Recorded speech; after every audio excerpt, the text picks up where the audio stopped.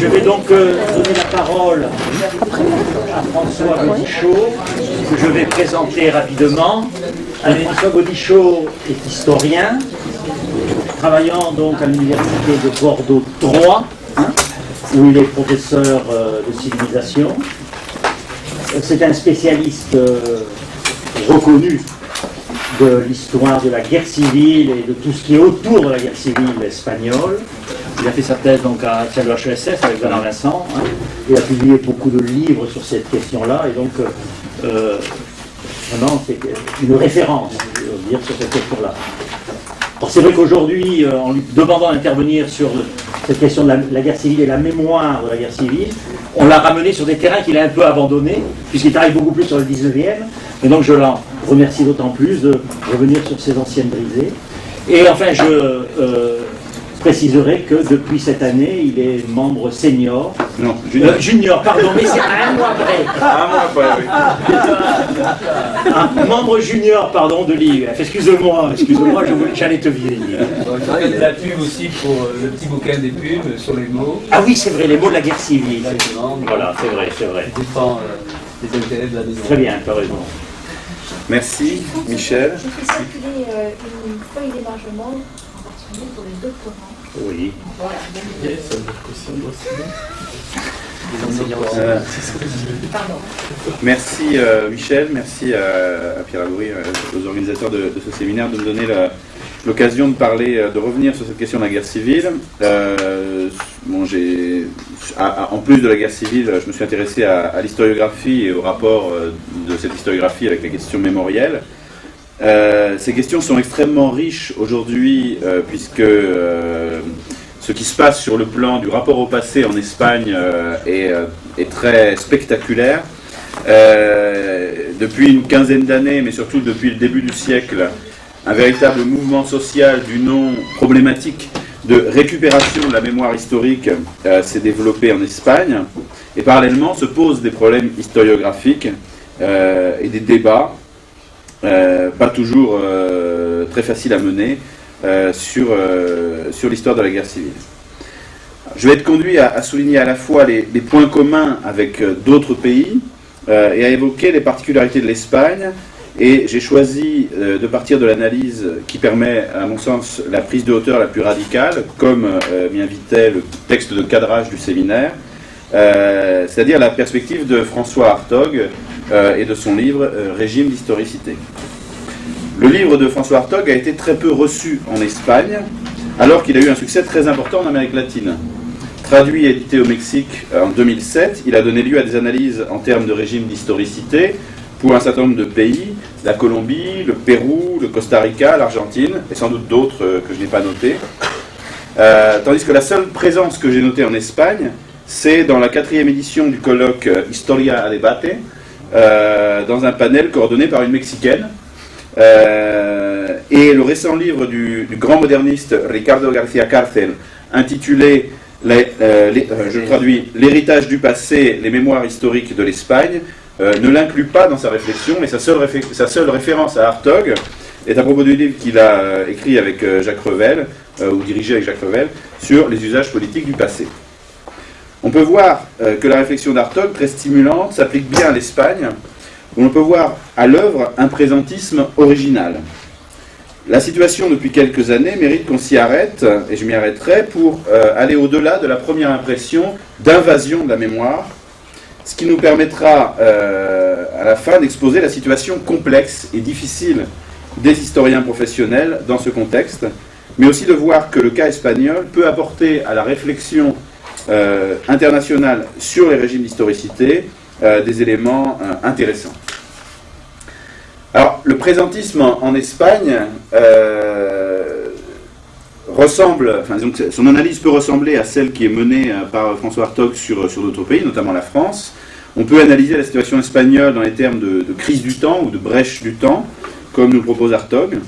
On pourrait dire que, comme dans toute l'Europe, l'histoire nationale téléologique a laissé la place au présentisme au moment de la transition démocratique. Mais ce passage d'un régime d'historicité caractéristique de la modernité, regardant vers le futur, le progrès, à la situation actuelle, s'est déroulé à travers un processus politique a été très marqué par un processus politique, la transition, pour lequel le rapport au temps était une donnée fondamentale.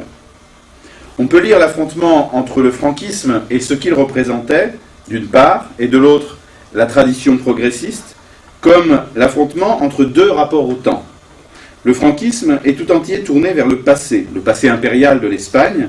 Sa recherche d'essence nationale ne regarde pas vers un projet d'avenir, mais vers l'adéquation à un modèle idéalisé, situé dans le passé. L'histoire y est en permanence maîtresse de vie. Il récupère, ou tente de récupérer, toute la tradition prémoderne, même s'il est, comme toute politique réactionnaire, toute tradition politique réactionnaire née au XIXe, le fruit aussi de la modernité. Face au franquisme, la tradition républicaine est la traduction espagnole parfaite, pourrait-on dire, des idéologies du progrès. Mais au cours de la longue nuit de la dictature, l'opposition antifranquiste prend les couleurs du progressisme européen d'après-guerre, celui des Trente Glorieuses, celui de la paix et de la coopération en Europe. Alors les conditions politiques de la transition accouchent d'un présentisme original, je l'annonçais. Les politiques de mémoire franquisme manipulent depuis les années 60 la peur d'une nouvelle guerre civile. Le franquisme présente un mélange entre une légitimation par l'origine, par la victoire de 1939, et par l'exercice, légitimation par la paix et la prospérité que la dictature aurait apporté et aurait garanti pendant de longues années. Et cette manipulation de la peur d'une nouvelle guerre civile rencontre les discours de l'opposition et rejoint les discours de l'opposition dont la seule arme politique est l'idéologie de la réconciliation.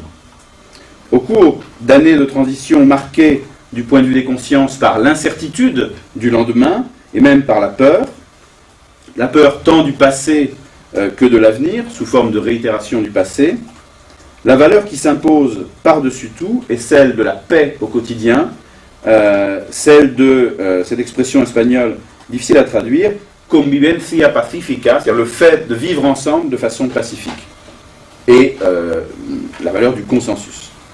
La démocratie s'impose donc, et avec elle, un certain progressisme. Mais celui-ci est incarné dans 3 législations socialistes successives, et son point de mire est un avenir si proche qu'il en devient très vite un présent. Son point de mire, c'est l'intégration européenne. C'est cela, le contenu du progressisme de la transition, l'entrée dans la communauté européenne et la construction de l'Union et la place qui prend l'Espagne. L'Espagne vit alors à ce moment-là une sorte de long moment pompidolien. L'expression de moment pompidolien est de François Hartog aussi, quand il évoque les propos du président Pompidou accordant sa grâce à Paul Touvier. En 1972, Pompidou disait qu'il fallait oublier cette époque où les Français ne s'aimaient guère. Le rapport au passé de l'Espagne en transition est bâti sur ce modèle. Le passé est menaçant et le patrimoine n'a que peu d'intérêt en soi. La conservation de la mémoire de la nation ne devient intéressante que progressivement plus tard, et cela commence même souvent chez les nationalités périphériques, notamment en Catalogne. L'intérêt pour les archives est pas aussi développé qu'en France, et cela ne commence à changer qu'à partir des années 90. Bon, il y a le 500e anniversaire du premier voyage de Colomb, le projet autour des archives de Séville, mais aujourd'hui l'état des archives en Espagne est encore assez problématique, notamment pour les archives contemporaines. Le patrimoine architectural souffre de très nombreuses destructions, jusqu'à très tard. La réfection des quartiers góticos de Barcelone au début du XXIe siècle se fait par des trouées qui détruisent des dizaines et des dizaines de maisons qu'en France auraient été classées monuments historiques, des maisons modernistes en plus, c'est-à-dire le fleuron du tourisme à Barcelone. On peut penser aussi à la destruction du patrimoine naturel, c'est-à-dire des littoraux. On a l'impression donc d'une sorte de présentisme triomphant, frénétique, voire ivre. Tout cela donc, se développe, mais à partir des années 90 et 2000, on voit une espèce de deuxième vague de présentisme, largement influencée par les canons internationaux. De ce point de vue, la césure que note Hartog, cette brèche du temps de 1989, opère fortement en Espagne. Mais il faudra en ajouter une autre au milieu des années 90. C'est à partir de 1996 qu'a lieu une première alternance démocratique avec l'arrivée au gouvernement du Parti populaire. Mais c'est aussi ce moment où arrive à l'âge adulte et à des postes importants une troisième génération depuis la guerre. C'est aussi ce moment où le mot progressiste, progre, en espagnol, est de plus en plus difficile à lire comme un adjectif positif et devient une grosse charge d'ironie. Et c'est à partir de ce moment qu'un retour sur le passé récent commence, avec les premières associations dites de récupération de la mémoire historique, les interrogations historiographiques sur les césures chronologiques, 1939 est-elle la fin véritable de la guerre d'Espagne, et une remise en cause du méta-récit dominant sur la guerre civile, remise en cause qui en cache une autre, qui vient immédiatement après, du récit de la narration historienne de la transition, et de l'idée d'une transition triomphante. On assiste alors, à partir de la fin de milieu des années 90, à une commémoratite aiguë, pas seulement à propos de la guerre civile ou de 1492, je vous renvoie aux commémorations des anniversaires de Charles Quint, de Philippe II, plus récemment de la guerre d'indépendance et des Cortes de Cádiz, etc. Alors, la brèche et la crise du temps est sans doute plus aiguë qu'ailleurs. Mais ce présentisme, nouvelle formule, qui se développe à partir de la fin du XXe et du début du XXIe siècle, n'est plus forcément celui d'un présent sûr de lui et dominateur, pour reprendre les mots d'Hartog. Le passé n'est certes plus menaçant, on n'a plus peur d'un retour de la guerre civile, mais deviendrait presque inquiétant du fait de l'incertitude de ce qu'il dit, ou de ce qu'on lui fait dire. Dans les pays comme la France, Hartog fait déjà le constat selon lequel, je cite, « Le privilège régalien de la définition de l'histoire mémoire nationale est concurrencé ou contesté au nom des mémoires partielles, sectorielles, particulières, qui veulent se faire reconnaître comme légitimes, aussi légitimes, voire plus légitimes. » Ce constat fait à propos de la France, on peut le faire en Espagne, mais avec plus de force peut-être. Car en Espagne, ce privilège régalien dont parle Hartog reposait avant tout sur le consensus politique de la transition. Or, celui-ci a volé en éclats sous l'effet des remises en cause du récit transitionnel de la guerre fratricide, sous l'effet d'une révision historiographique de la manière d'envisager la guerre, qui, pendant la transition, était la guerre fratricide, les histoires du plus jamais ça, et à ce titre, le présent ne peut plus être autant sûr de lui et dominateur. En Espagne, il n'y a pas d'entreprise éditoriale de lieux de mémoire comme il y a eu en France et dans d'autres pays, je pense à l'Allemagne par exemple. La contestation au nom des mémoires partielles, voulant faire reconnaître leur légitimité, prend une dimension beaucoup plus forte. Et on retrouve ici le balancement entre passé, le côté du sensible, et histoire, le côté analytique. Mais cet affrontement recoupe en Espagne l'opposition entre le récit de la guerre civile fondateur du système politique, de la transition, et la contestation de ce récit au nom d'une mémoire qu'il s'agirait de récupérer. Dans ce contexte, les historiens sont interpellés d'une manière beaucoup plus directe et globale qu'en France, on va le voir.